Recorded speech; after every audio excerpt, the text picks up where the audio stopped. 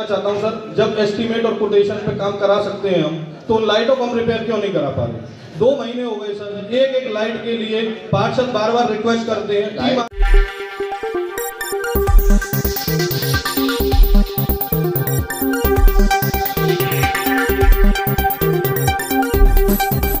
नगर निगम की स्थानीय होटल में बोर्ड बैठक हुई। सर्वसहमति से 25 प्रस्ताव पर लगी मुहर।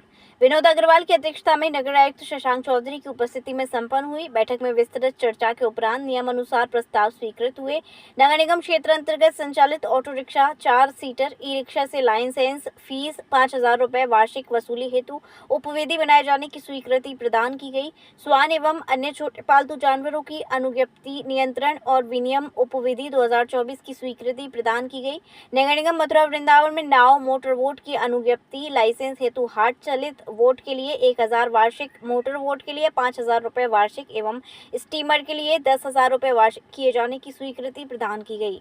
निगम क्षेत्र के विकास को लेकर कई महत्वपूर्ण प्रस्ताव सदन में पास हुए, जिसमें जवाहर हाट मथुरा में बसाए गए शरणार्थी परिवारों को स्वामित्व सौंपने के संबंध में प्रस्ताव, प्रत्येक वार्ड के लिए 25-25 लाख रुपए की पार्षद निधि एवं 3-3 हाई मास्ट लाइट का प्रस्ताव, नगर निगम क्षेत्र में होने वाले जलभराव की निकासी हेतु परियोजना का प्रस्ताव, नाव एवं मोटर बोट के लाइसेंसिंग के संबंध में प्रस्ताव, ई रिक्शा लाइसेंस फीस के संबंध में प्रस्ताव, स्वान एवं अन्य छोटे पालतू जानवरों के नियंत्रण के संबंध में प्रस्ताव, जलकल विभाग के अंतर्गत विभिन्न प्रकार के विकास कार्य कराए जाने के संबंध में प्रस्ताव, हरित क्षेत्र को बढ़ाए जाने हेतु उपवन योजना के लिए भूमि के चिन्हांकन का प्रस्ताव, विद्युत उपकेंद्र स्थापित किए जाने हेतु भूमि उपलब्ध कराए जाने के संबंध में प्रस्ताव आदि को बोर्ड की पूर्ण संस्तुति के साथ पास किया गया।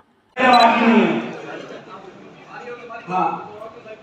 और रही बात दूसरे पानी की, तो मेरे बारे पीने पानी की समस्या है, उसमें मेरे यहाँ 3 ट्यूबवेल पिछले कार्यकाल के लगे हुए हैं जो अभी चालू नहीं हो पा रहे हैं। लोग चालू नहीं हो पा रहे हैं, इसलिए मैंने ट्यूबवेल का प्रस्ताव भी सोच नहीं सकता था। इसलिए आप लोग 3 ट्यूबवेल को चालू करा दें। और एक मेरे जो है CWR प्लान पर एक कर्मचारियों का रिटायरमेंट हो चुका है, वो चालू नहीं हो पा रहा है समय से, इसलिए वहाँ कोई व्यक्ति थोड़ा बंद करने की व्यवस्था करें। और हम जब मिलकर काम करेंगे, आप गवर्नमेंट को रिप्रेजेंट करते हैं, हम जनता को रिप्रेजेंट करते हैं। जब तक हम दोनों ही एक दूसरे के पूरक हैं, और जब तक हम सब लोग मिलकर काम नहीं करेंगे, पारदर्शिता नहीं होगी, तब तक चीजें सही रूप से नहीं आएंगी। 1001% पारदर्शिता होगी। मैन पावर जो है, जो आपके वार्ड में जा रही है, उसको उतार रही है, तार वार लगा के ठीक कर रही है। दूसरा मुद्दा है जो लाइट बहुत खराब है, वो ठीक नहीं हो सकती, तो उन्हें उतार के लाना पड़ेगा, कोई वेंडर उसे ठीक करेगा, फिर वो वापस देगा, फिर वो वापस लगेंगी। तो ये जो काम था पहले ESL कर रही थी पिछले 3-4 साल से, अब बिल्कुल वो व्यवस्था आप सोचिए 36 प्रस्ताव पारित हुए, क्या कहें? हाँ, 25-30 प्रस्ताव पारित हुए हैं और उन प्रस्तावों के माध्यम से जो समस्याएं थी उनका निराकरण का पूरा काम कर लिया गया है। अब तक के जो भी समस्याएं थी, और विकास कार्य मथुरा वृंदावन नगर निगम में तेज गति से अब आगे बढ़ेंगे, ऐसा मेरा भरोसा है, और आपको भी, आपके माध्यम से जनता को भी भरोसा दिला सकता हूँ।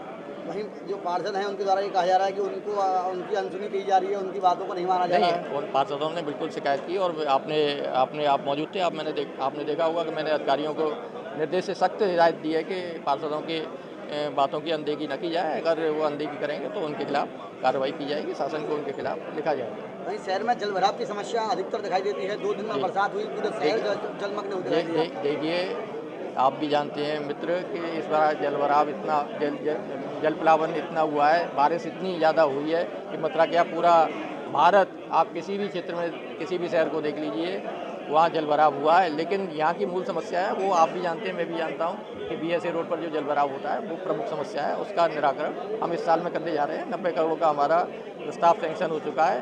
इस बोर्ड की अनुमति के बाद वो पैसा हमारे पास आ जाएगा, और लगभग अगले साल तक मैं मानता हूँ कि जल भराव की समस्या BSA रोड और उससे निचले के क्षेत्र में, नीचे के क्षेत्र में उसका निराकरण हो जाएगा। वहीं देखा जाता है कि वृंदावन में काफ़ी जलभराव रहता है। जी, उसका हम अध्ययन कराएंगे और चिन्हित करेंगे कि उनका कहाँ जलभराव होता है और उनकी समस्या का किस प्रकार से निराकरण किया जाता है। वहीं यहाँ के क्षेत्रीय पार्षदों द्वारा कहा गया कि पहले बंदरों की समस्या थी, अब ई-रिक्शाओं की समस्या आ रही है। ई-रिक्शाओं के लिए हमने रेगुलेशन के लिए आज प्रस्ताव पास किया है, उनको रेगुलेट करेंगे, और आप विश्वास रखिए कि ई-रिक्शा को भी हम समस्या का लगभग समाधान करेंगे। मथुरा वृंदावन में बंदरों की समस्या, उसको लेकर क्या कुछ? बंदरों के लिए मैंने बताया कि बंदर पकड़ो अभियान से उसका निराकरण नहीं होता है। नसबंदी का एक हमने केंद्र बनाया है, वो लगभग पूर्ण होने की स्थिति में, और हमारा कॉन्टैक्ट भी डॉक्टर भी आ चुके हैं, कुत्तों के ऊपर वो काम कर रहे हैं। बंदरों के भी वो हमारा केंद्र बनने के बाद बंदरों के लिए भी वो नसबंदी का केंद्र चालू हो जाएगा और बंदरों की समस्या का निराकरण धीरे धीरे होगा, लेकिन हो जाएगा। क्या कुछ प्रस्ताव रहे? देखिए, मुख्य रूप से शहर के जो विकास से संबंधित प्रस्ताव हैं, जिसमें जलकल के प्रस्ताव, वाटर लॉगिंग के जो प्रस्ताव हैं, जो शासन को हमने कार्य योजना भेजी है, साथ ही अलग अलग जो टैक्स से संबंधित प्रस्ताव हैं सारे पास हुए। सर्वसम्मति से शांतिपूर्वक बोर्ड बैठक हुई और सभी लोगों ने एक रूप से मथुरा वृंदावन के विकास के लिए और उसके उन्नति के लिए चर्चा की और सारे प्रस्ताव दिए और सारे प्रस्ताव पास किए। सर, अभी महज 2 दिन में बरसात हुई और पूरा शहर जलमग्न हो गया, तो उस पर किस प्रकार से? देखिए, मैं अभी पहले भी मैं यही बता रहा था, एवरेज रेनफॉल मथुरा का 14 mm पर आवर है, बट जो अभी 2 दिन में बारिश हुई है वो 64 mm हुई है। तो वो महज 2 दिन बारिश नहीं हुई, वो पूरे दिन बारिश हुई है और वो वेदर डिपार्टमेंट की, मेट्रोलॉजिकल डिपार्टमेंट की तरफ से चेतावनी के तहत बारिश हुई है, जो पिछले काफ़ी समय के बाद इतनी तेज़ बारिश और इतने लंबे समय के लिए बारिश हुई। इसमें मथुरा ही नहीं, बाकी शहरों में भी जल भराव की समस्या आई है और उसके बाद भी आज अगर आप रोड पे निकलेंगे तो आज जो हमारा जो सबसे ज़्यादा प्रभावित भूतेश्वर और नया बस स्टैंड का क्षेत्र है, वहाँ पे आज ट्रैफिक सुचारू रूप से चल रहा है। हम लोग इसको मानते हैं कि हम लोगों ने काफ़ी जो पानी जल भराव का समय है उसको काफ़ी कम किया है।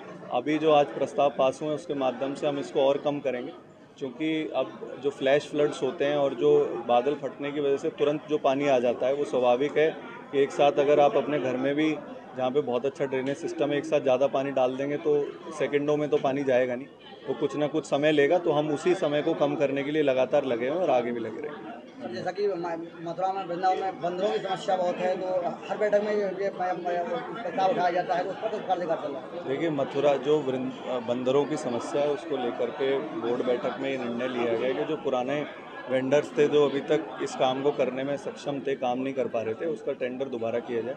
नए लोगों को, जैसे अयोध्या में जो अच्छा काम हो रहा है या बनारस में अच्छा काम हो रहा है, उसको उन्हीं लोगों को यहाँ पर बुला करके समस्या से निकालते हैं। वहीं सर, मथुरा वृंदावन में ई रिक्शा की वजह से सड़कों पर जाम लगा रहता है, ई रिक्शा चालक मनमानी करते रहते हैं, तो उन पर किस प्रकार से लगाम लगेगी? देखिए, वो हमारा काम लाइसेंसिंग का है ऑक्यूपेशन पे, बट उनका जो रेगुलेशन का या उनके द्वारा अगर ट्रैफिक नियमों का पालन नहीं किया जा रहा तो वो ट्रैफिक पुलिस से समन्वय स्थापित करके हमारे ITMS के माध्यम से उनका चालान भी करके, और पुलिस से भी इसमें बात हो रही है। आज ये मुद्दा भी उठा है, SSP साहब से भी इसमें चर्चा करके हम लोग इसका निस्तारण कर रहे हैं। कृपया हमारे YouTube चैनल को लाइक व सब्सक्राइब करें, बेल आइकॉन दबाएं, ताज़ा खबरों के लिए हमसे जुड़े रहें।